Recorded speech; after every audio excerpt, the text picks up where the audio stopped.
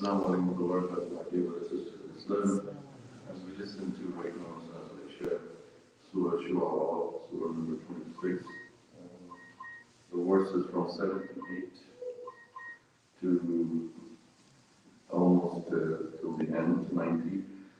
The reason I chose these ayat for today, as Ramadan is coming closer, Ramadan is a month when we renew our faith and we reconnect with Allah subhanahu wa ta'ala. Even the most weakest Muslim in Ramadan, their battery becomes charged, self-started, self-initiated. Someone who doesn't come to the masjid all around the year, for Isha, Fajr, no offense meant for anyone, suddenly they themselves become self-activated. So Ramadan is a month where there is an ingredient for self-initiation of the person to be raghib ilallah, raghib to Allah, meaning desiring to be closer to Allah. See, human being is made of two things, ruh and jasad, body and soul. Soul's basic desire is spirituality. And in this country, you see people talking about spirituality. People who have mental issues, mental health issues, depression, anxiety, panic. They want sukoon, tama'in. They want. And Allah subhanahu wa ta'ala tells us over here in this passage about the qissa of Sayyidina Ibrahim alayhi salam. And Allah mentions that Ibrahim alayhi salam spoke to his father and his family and his tribe and his people. مَاذَا تَعْبُدُونَ? What are you worshipping? You're worshipping an idol, a statue. And my Lord is the one الَّذِي خَلَقَنِي فَهُوَ يَهْدِينِ. The ayat we just listened in this translation. He's talking about Tawheed. And in these ayat there is Tawheed al-Rububiyyah, Tawheed al-Asma al-Sifat, and Tawheed al-Ibadah. All the three categories of Tawheed are embedded in this passage of Surah Shuara. And the reason Allah subhanahu wa ta'ala is mentioning over here this passage about Ibrahim Islam is to comfort Muhammad sallallahu. These ayat were revealed first on who? Muhammad sallallahu. Rasulullah was going through a lot of stress, anxiety, and tension from the Quraysh. They were giving him a hard time. They were not believing in him. They were mocking at him. They were making fun of him. They were telling him that you are a sha'ir, you are a poet. They said you are a kahin, you are a fortune teller. They said even you are a sorcerer. So all these things, it takes a toll on your body. Imagine somebody slandering you on your face and saying you are this and you are this and you are this. You get a beating. Your soul gets a beating. So Allah revealed these ayat that, Ya Muhammad, don't be sad, O Muhammad. Look, your father, your great-great-grandfather, Ibrahim al-Islam, went through something even big. His own father, Ayah, and his family were engaged in something that he kept counseling and talking to them to listen. And so then Ibrahim al-Islam counsels them, gives them da'wah, sweet da'wah, politeness and kindness. But look, you worshiping whatever you're worshiping, but look who I worship. I worship Allah, the one who created me. الَّذِي خَلَقَنِي, and then هُوَ يَهْدِينِ. Allah did not just create us in this world and leave us alone. Let's go. This is the dunya, go on your own. No. The moment Allah said to Adam and Hawa, go down to earth, what did Allah say? That passage in Surah Allah mentioned over there about the qissa. Allah said that, there will be hidayah, huda, coming from me to you and your children of Adam. So hold on to the guidance. Point number one, Allah did not desert us. He's our Khaliq, He was our Creator. And He created us and He has made the intizam. He has made the preparation for guidance.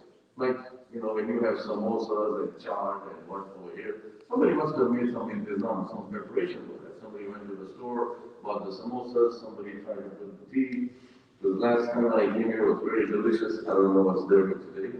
But I'm just giving an example that somebody has to prepare. And Allah subhanahu wa ta'ala is saying, Ya Abdi, O my slave, you're not alone. If I created you, first thing I'm going to give you, before I give you food and drink and everything, look, the first thing He mentioned, الَّذِي خَلَقَنِي فَهُوَ يَهْدِينِ. Before you need nourishment and food for the body, you need nourishment and food for what? I just told you insan is made up of two things, components. Before the body, you need food for what? The soul, ruh. Ruh needs food, nourishment. And what's the nourishment? Nurturing for the ruh? Hidayah, huda. فَمَنْ تَبِعَ هُدَايَ, as the ayah will say. Why in Ramadan we become so self-charged up? Because the gates of hell are closed, and because we are fasting, so the stomach, the belly is not full. When you have an empty belly, when you have an empty stomach, from the country where I come from, there's a saying,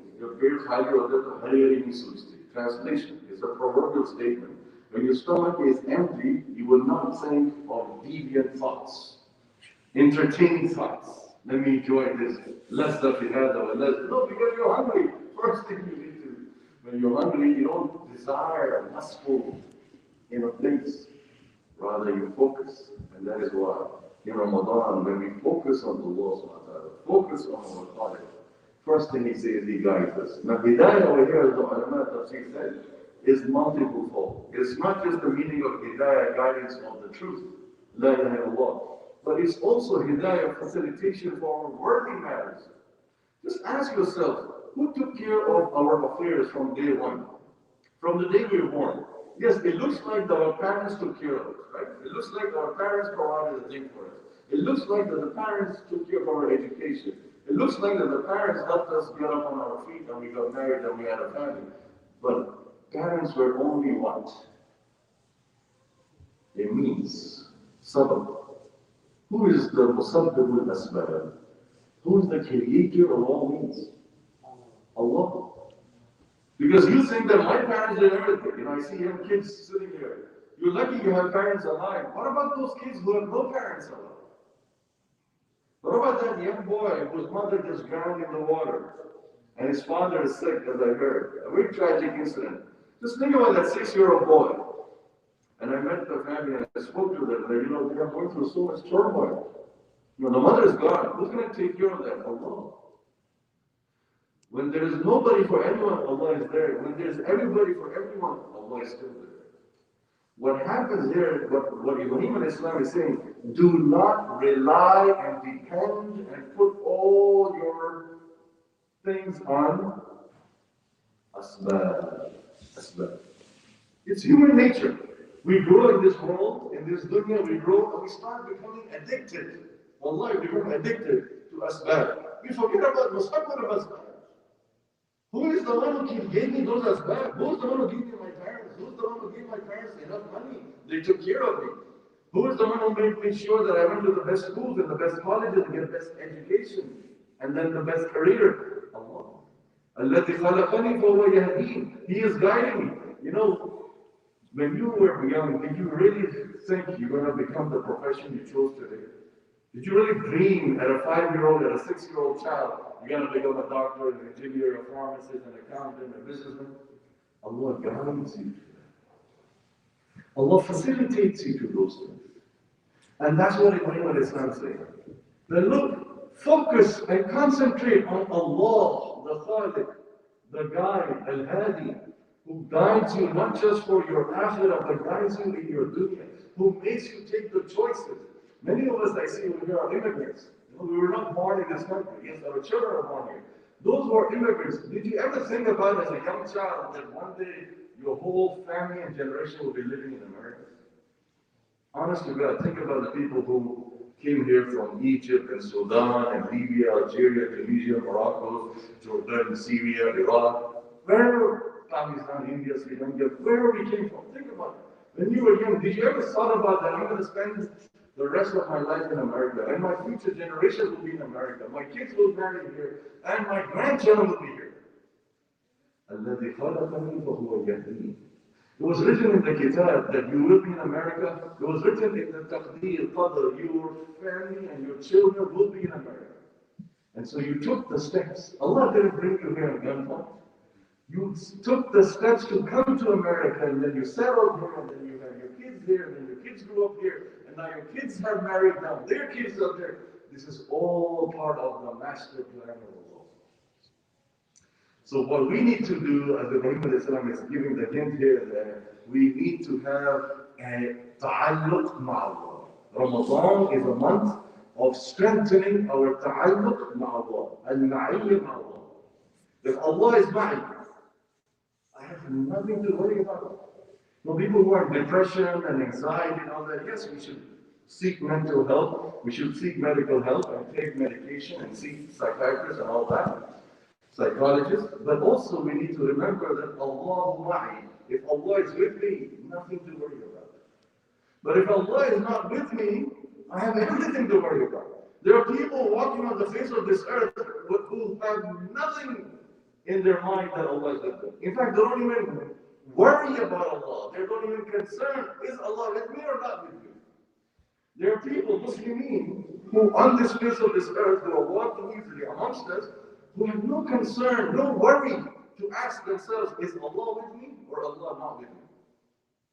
Amma mu'min or muwahid, he or she has to ask every day. Every day I wake up and I ask Allah, are you with me today or not? Is Allah ma'i or laysa ma'i? This ma'ayya Allah, as the ulama say, especially the fuqaha, is a gem, it's a jewel, it's something that people die for. Allah ma'i. The feeling, the sense of spirituality, yes, Allah is with me. And that brings the calmness, the serenity, the soothness. And that's why he says, first thing he talks about spirituality and guide. Then he says, وَالَّذِي هُوَ يُطْعِمُنِي وَيَسْقِينِ. Allah is the one who feeds me. Yes, I go myself and buy the groceries. Yes, I go do a job and get a paycheck. I use that money and then buy the milk and the bread. But it's Allah who's feeding me. It's Allah who's helping me all the provisions. I cannot rely on the asbab. You know, that is one major thing that he is tackling here. Make sure your ta'alluq, your connection is with Allah, the source of all good. We get so stuck on the asbab, on the means. If I have this, then I'll get this. If I get that, then I'll get that. If I get that, if I have that person as a friend, this will be good for me. Who knows? You are going on asbab.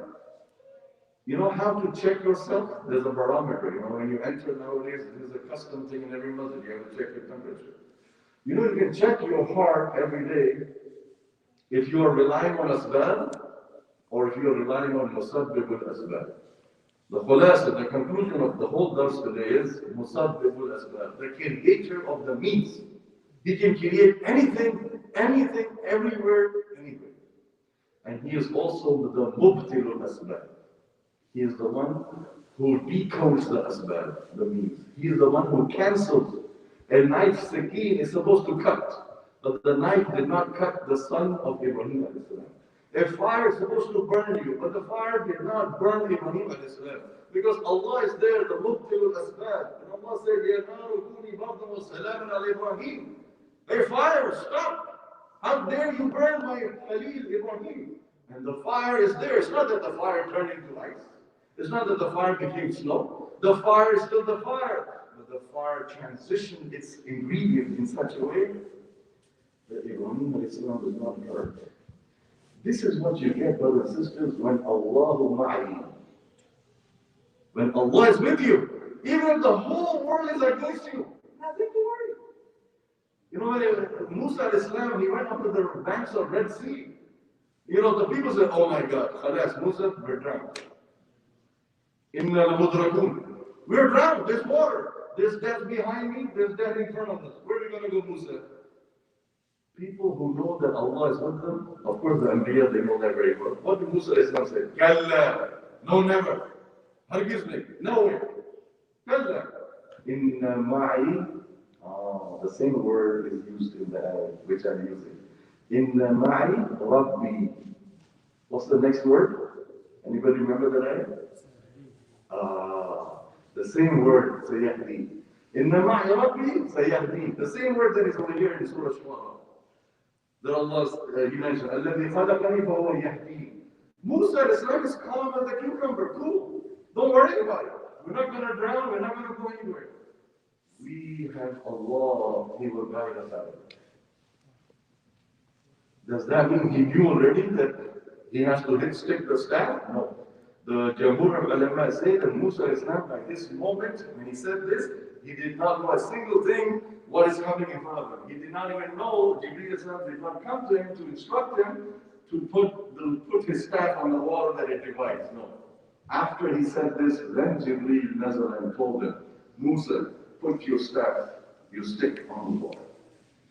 So my dear brothers and sisters, in conclusion, if there's one thing we can take from today is that we need to have in ourselves this kayfiyya, this feeling that Allah is with you. And to complete the question I asked earlier, how can you check if you are relying and depending on Allah on a daily basis? And here's the key for that. Whenever you are plagued with any musibah, whenever you're in mushkila, musibah, problem, issue, whenever the problem starts, the onset, who do you call? Who do you call? You know what the Sahaba used to call? They didn't have a phone or a gadget. The Sahaba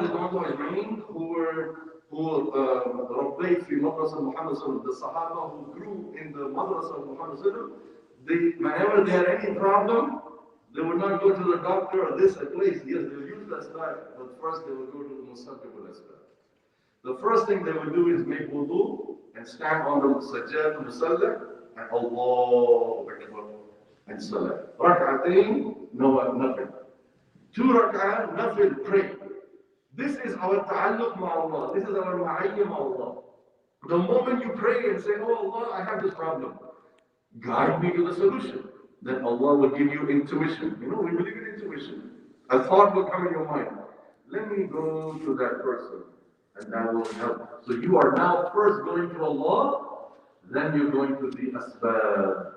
But today, many of us, what happens is, when the problem afflicts us, when the musibah comes, we don't pray, we don't make wudu, right away say, okay, let me see who's the person in my contact list who can help me solve this problem.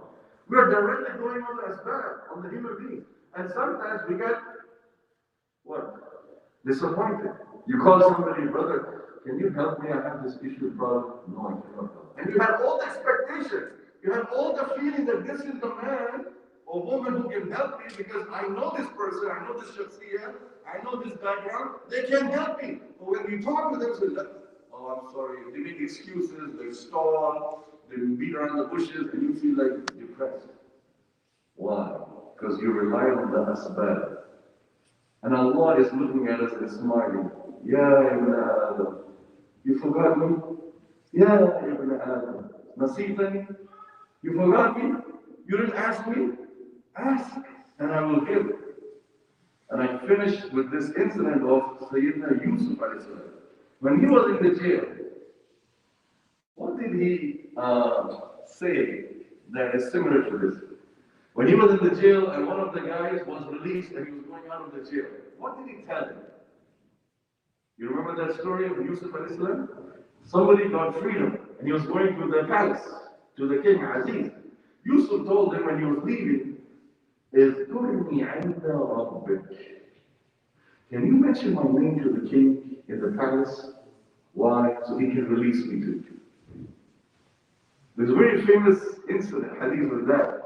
Rasul mentioned that Jibreel alayhi salam, Allah sent Jibreel mubashir. Right away Jibreel went to Yusuf. Ya Yusuf, man anqadhaka min ikhwatika. Oh Yusuf, who saved you from your brothers? And Yusuf said, Allah. Oh Yusuf, man anqadhaka min al-bi'r. Oh Yusuf, who saved you from the well when you were in the depth of nowhere? No way, no solution, no way out in the depth of the well. Who saved you from there? Yusuf, Jibreel said, Allah. Ya Yusuf, who saved you from that well and then took you all the way to Egypt? Allah, the caravan. Ya Yusuf, who saved you from the shackles of that lady, Imrat Aziz Zulayqa, who tried to attack you and do immoral acts? Allah. And he is realizing, oh my God, what did I do? Subhanallah. You know, that famous long hadith where on Yawm al-Qiyamah people will be going to every prophet, and every prophet will remember their, error or little shortcoming, and they'll say, no, go to the next one, go to the next one. Yusuf will remember this, that in the jail, I asked the guy to tell the king, mention me. And he remembered. He asked that man, mention my name to the king so I can get released. Allah put in the ayah that Allah put him in the jail, some more years. Meaning, even if prophets of Allah make a small error and shortcoming that they forgot, Allah, as the Musabbal Asbab, they were reprimanded. We, my dear brothers and sisters, have to be this Ramadan. Let us rejoice in this ma'iyah of Allah. Let us make this connection with Allah. So that this Ramadan is a different Ramadan. From this Shawwal, we are a different spiritual person who all the time and every time asks Allah for him. When we get in this habit of making rak'atain nafil for everything that we need, likulli hadin. Salatul hadin. What's the meaning of Salatul hadin? The prayer of need. I need anything. Before I go to the asbab, yes, we have to take asbab. I'm not saying that. But before we go to the asbab, we have to go to the musabbab al-asbab. And he will then give us intuition in the brain, where to go, who to talk to, which place to where to reach, so that our problem is solved. May Allah subhanahu wa ta'ala forgive us. Same as Allah forgive our shortcomings. Inshallah, next Monday we'll have another surah, another passage. Until then, Assalamu alaikum wa barakatuh.